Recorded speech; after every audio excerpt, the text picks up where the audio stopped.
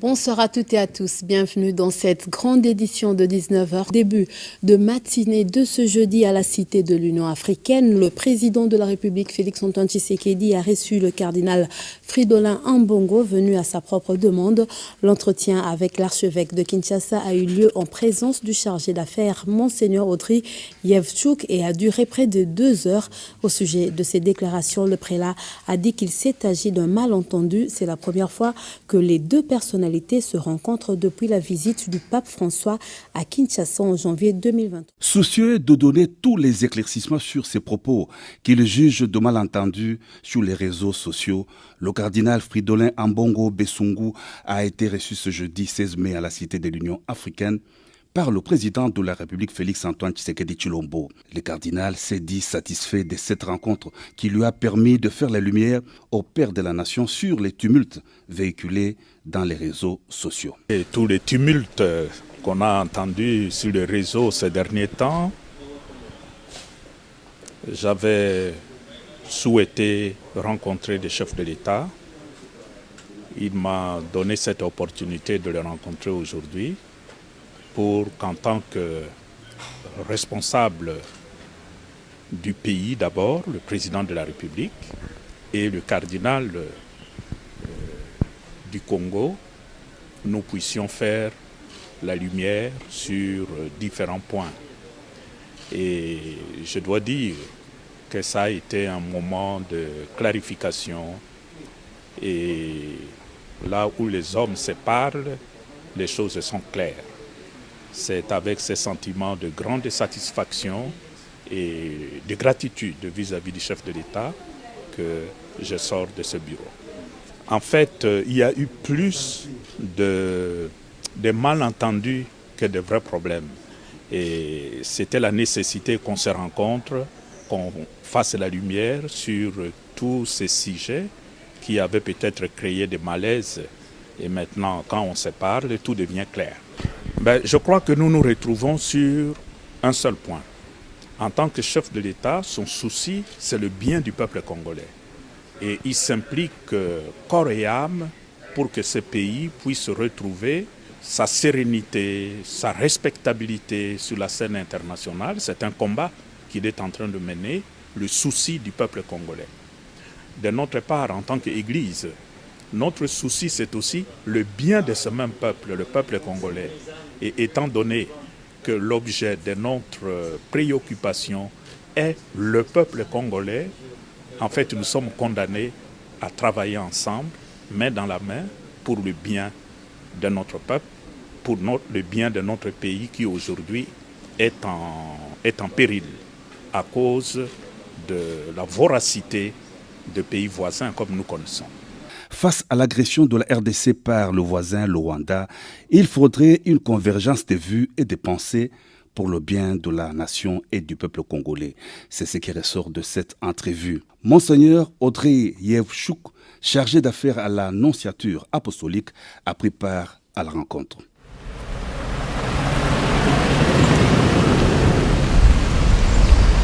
Et pendant ce temps, grave accident de circulation qui s'est produit à hauteur de l'aéroport international de Djili. Un véhicule de transport en commun est entré en collision avec un véhicule remorque, comme vous le voyez à travers ces images dramatiques. Plusieurs morts dans cette catastrophe et les détails dans nos prochaines éditions. En prévision du début prochain des travaux de construction des racades sud-ouest et sud-est de la ville de Kinshasa, le directeur général de l'Agence congolaise des grands travaux a convié toutes les parties prenantes, dont la présidence de la République et le ministère des Infrastructures et Travaux publics, à une visite de 63 km qui on constitue le tracé. Le but était d'en évaluer l'utilité et lever des options en vue de l'optimisation du tracé. Suivez ce reportage. La contrainte majeure qui pèse sur ce projet conçu pour cette route de 63 km en 4 bandes en boucle autour de la capitale de la RDC, c'est l'occupation du tracé qui va exiger les expropriations conséquentes. La délégation conduite par l'ingénieur Nico Nzaounzaou et ses services ce mercredi 15 mai sur le tracé du projet s'en est rendu compte dès le point kilométrique 0 qui est l'entrée de la route Lutendele vers Mboudi. À sa tête, Chrysostome Ila Ngongo, directeur de cabinet du ministre des ITP. Ce projet est motivé par le souci de désengorger les artères de la capitale et contribuer au développement des aspects touristiques en créant cette ceinture périphérique autour de la ville, a fait savoir la CGT à ses hôtes du BTC, de l'APCSC, de l'OVD, du secrétariat général aux ITP et de la présidence de la République.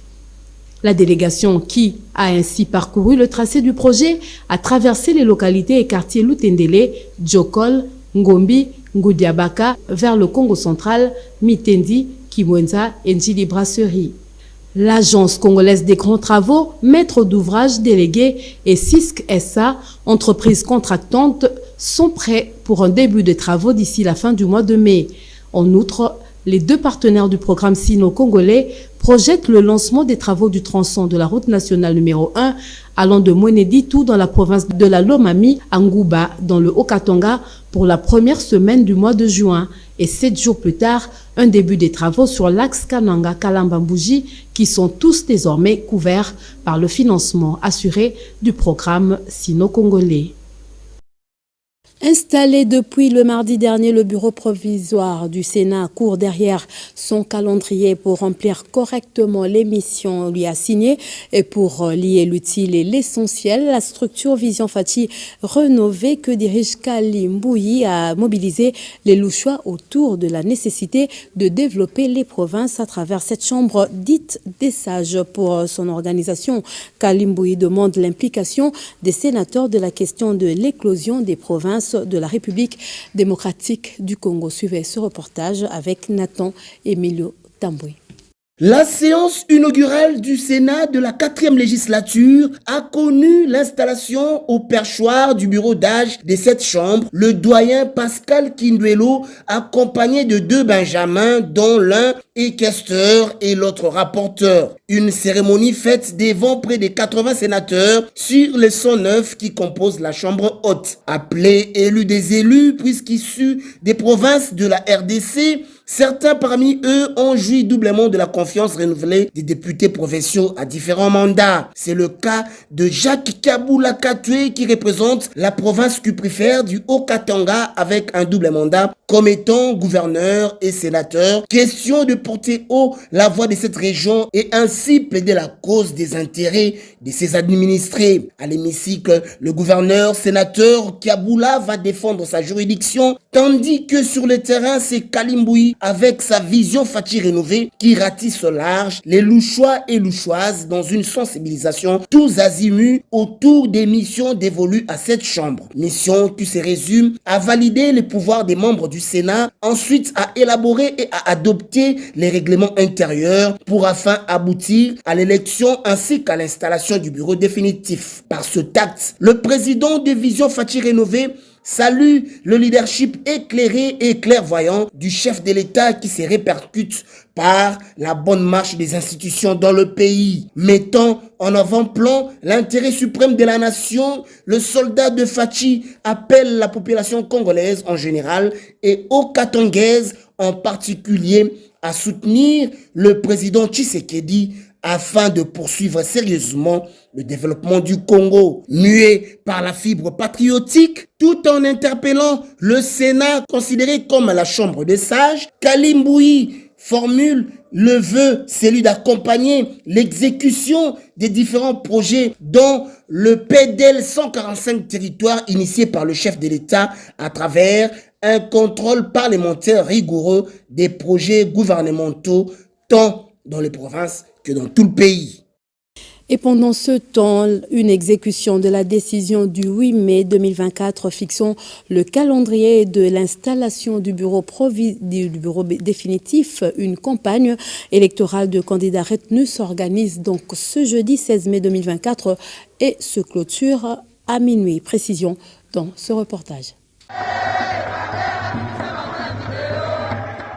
Au terme du rapport produit par la commission mise en place par l'Assemblée nationale, les candidatures retenues ont été publiées le 15 mai 2024, ce qui a donné lieu à la campagne électorale des membres du bureau définitif. C'est ce jeudi que l'enceinte de l'hémicycle était embellie par des calicots, affiches et photos des candidats à la course du bureau définitif. Chants, danses, sifflets étaient au rendez-vous pour accompagner les candidats qui dirigeront la chambre basse du Parlement. Aussi, nous sommes l'AFDC et alliés.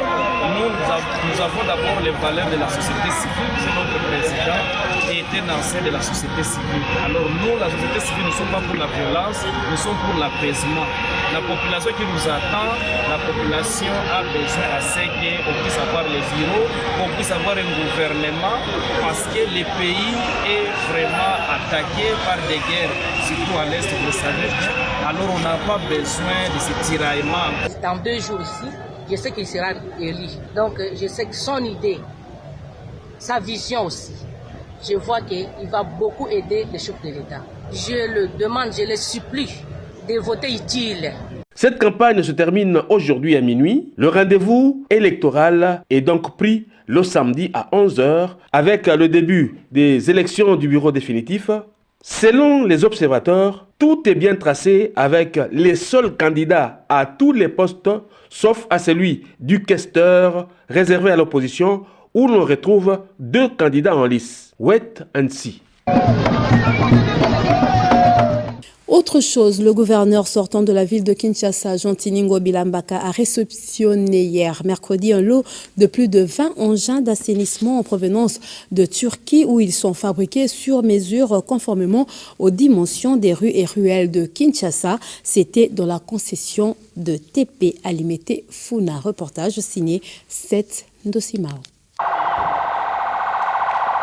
Tout en remerciant le président de la République, Félix-Antoine Tshisekedi Tshilombo, ainsi que le gouvernement national, le gouverneur sortant, Jean Tiningo Bilambaka, a rappelé qu'à l'issue de plusieurs efforts consentis par son gouvernement provincial, la ville de Kinshasa s'est finalement trouvé un partenaire de taille, le groupe El Beyrak, une société turque spécialisée notamment dans le secteur d'assainissement et de gestion des déchets. Pour les gouverneurs sortants, ces projets revêt d'une importance capitale pour la ville de Kinshasa dans l'amélioration des conditions environnementales des Kinoises et Kinois.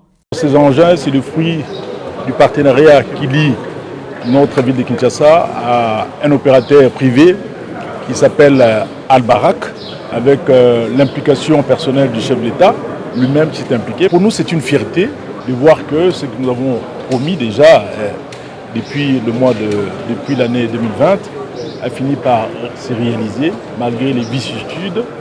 Les véhicules qui sont arrivés depuis le mois de février, et seulement aujourd'hui, que nous les recevons ici dans ces garages que vous avez vus. Mais avant que le véhicule n'arrive ici, nous avons pris les soins de construire ces garages. Nous l'avons construit l'année passée. Nous avons aménagé également des bureaux. Les engins sont arrivés. Le plan opérationnel est prêt. Donc, les go, en ce qui concerne le grand travail d'envergure de la lutte contre l'insalubrité, va pouvoir commencer ici, dans notre ville de Kinshasa. Il s'agit de la toute première fois où nous allons voir un opérateur privé s'occuper de la salubrité, s'occuper de la propreté de la ville, ici, dans la ville de Kinshasa. L'opérateur privé ne va pas travailler seul. Il y aura également l'implication des services municipaux de la ville. La population quinoise a s'impliquer dans le projet Kin Bopeto, notamment dans sa phase opérationnelle, comme nous l'avons souhaité. Comme vous savez, tout le peuple du monde aspire au développement. Le développement commence avec la propriété. L'occasion a été belle pour l'ex-patron de la ville de Kinshasa de lancer un appel au bourgmestre à s'impliquer de ces opérations d'assainissement et invite les Kinoises et Kinois à adopter un comportement éco-citoyen pour l'accompagnement de Kin Bopeto dans sa phase opérationnelle, dans l'objectif de faire rayonner et briller toutes les communes de la capitale d'un nouvel éclat. Et les habitants de Limete industriel, spécialement ceux de la 4e rue, lancent un cri d'alarme aux autorités compétentes suite au débordement des caniveaux causant l'impraticabilité des axes qui regorgent en son sein multiples usines et centres de santé retenus pour réaliser la vision du chef de l'État, Félix-Antoine Tshisekedi, pour la gratuité de la maternité. Renate Moukoko, bienvenue Mayala. Explication. Plusieurs ménages occupant la 4e rue Limete industrielle ne savent plus à quel sein se vouer. Ils vivent dans des conditions inhumaines depuis belle lurette. Seul moyen favorable pour parcourir cette rue reste le moyen pédestre avec beaucoup de risques ou le transport de motocyclistes où plusieurs ont fini leur course dans cette rivière de circonstances oppuantes, nauséabondes, insalubres, peu hygiéniques. À cela s'ajoute la présence de câbles dénudés, un exercice auquel se livrent au quotidien les habitants de cette avenue. On croirait assister à un jeu olympique de course de motocyclistes. Profitant de cette situation antisociale, une course qui revenait autrefois à 1000 francs est passée de 3000 francs, voire 5000 francs congolais le jour de grande pluie. Un habitant lance son désarroi. Nous vivons cette situation d'une manière difficile dans ce sens que cette route conduit jusqu'au centre médical Moïmotongo qui est au fond. Mais très souvent, quand les malades doivent passer par ici, ce n'est pas toujours facile parce que il y a de cela quelques jours, il y a une maman qui allait pour une consultation prénatale à Moïmotongo qui s'est retrouvée dans ses eaux.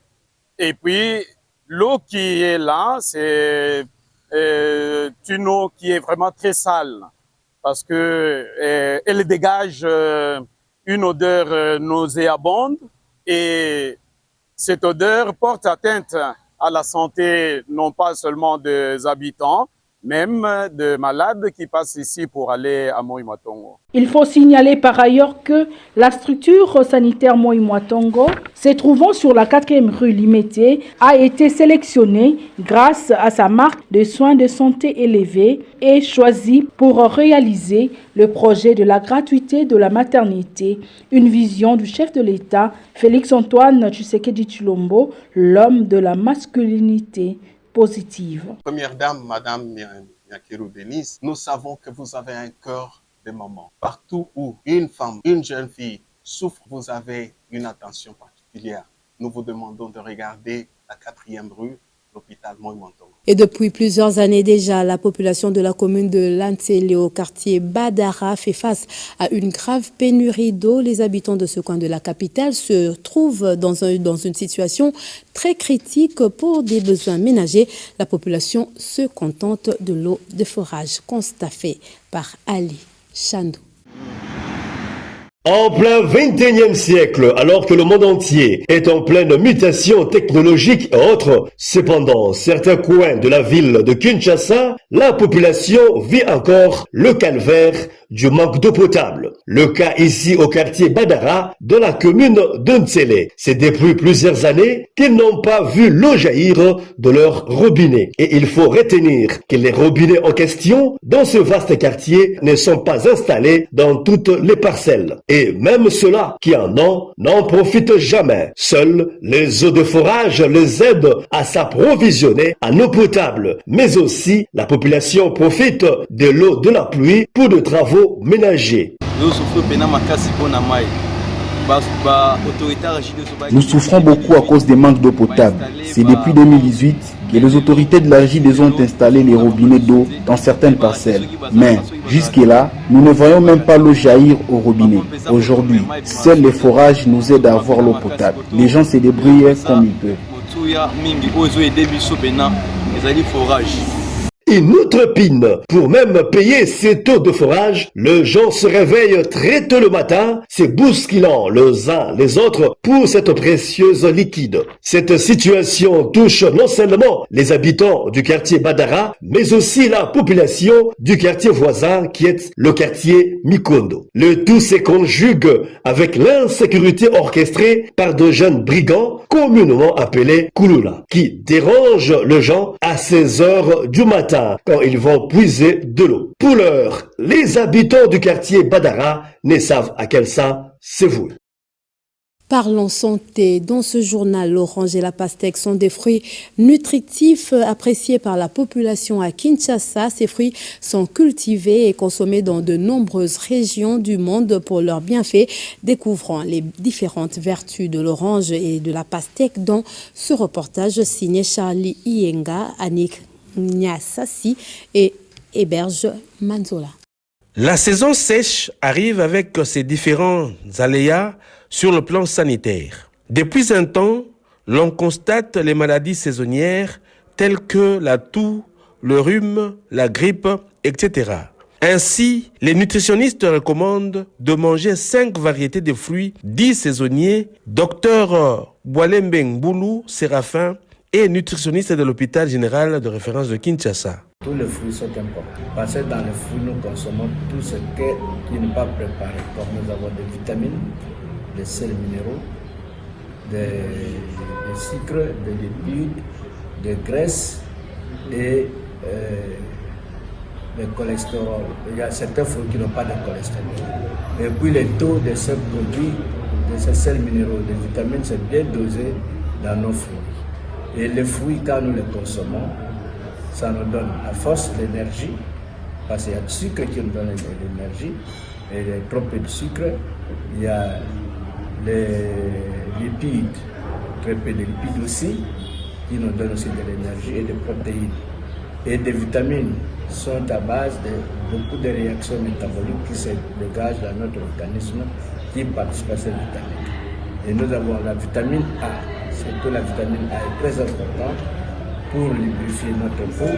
Le docteur revient particulièrement sur les vertus de la pastèque et de l'orange. L'orange entière, c'est conseillé parce que quand nous consommons l'orange entière, nous mâchons les déchets de cette orange-là, parce que dans ces déchets-là, nous consommons ce que nous appelons les fibres. Les fibres qui sont solides et les fibres qui ne sont pas insolubles. Et ces fibres insolubles, c'est ça qui constitue le balai de notre intestin. Ce qui nettoie, qui nous favorise l'élimination, évacuer notre intestin pour éviter les constipations. À suivre ce nutritionniste, la consommation régulière des fruits permet l'équilibre et compense au déficit des protéines, vitamines et autres éléments utiles pour la santé humaine. Et voilà, pour être complet dans ce journal, je vous invite à suivre cette sélection des journaux.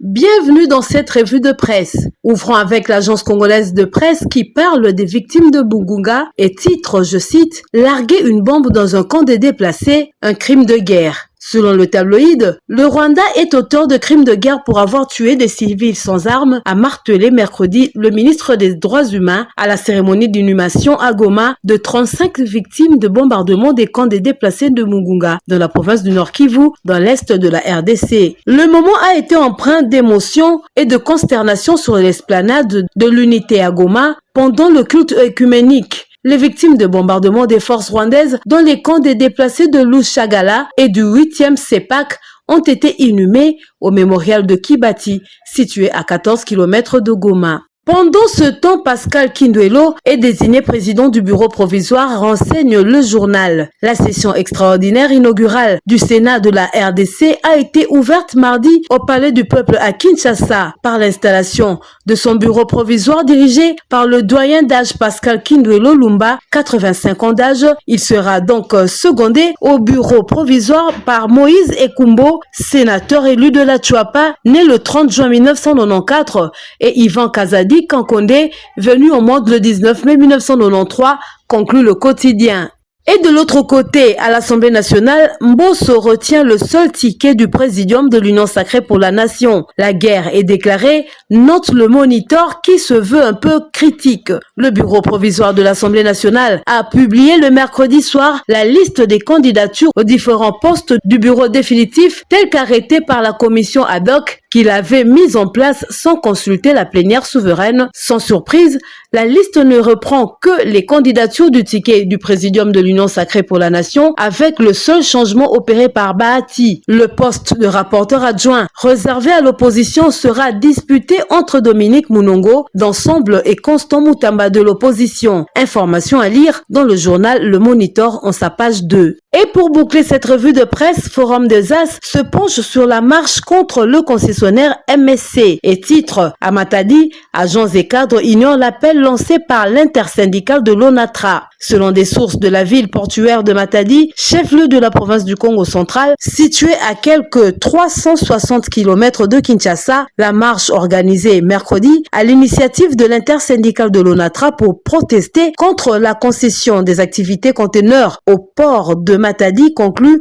entre le gouvernement et le consortium comprenant le géant mondial de l'armement Mediterranean Shipping Company MSC a fait flop. Un véritable désaveu pour les organisateurs. D'après toujours les mêmes sources, agents et cadres de cette entreprise de portefeuille de l'État ont ignoré cet appel, préférant vaquer à leurs occupations plutôt que se laisser distraire par des revendications politiciennes. Et c'est tout pour cette revue de presse.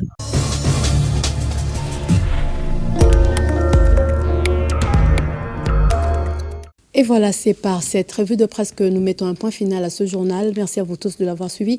Bonne suite de programme sur votre chaîne, la deuxième chaîne nationale. Au revoir.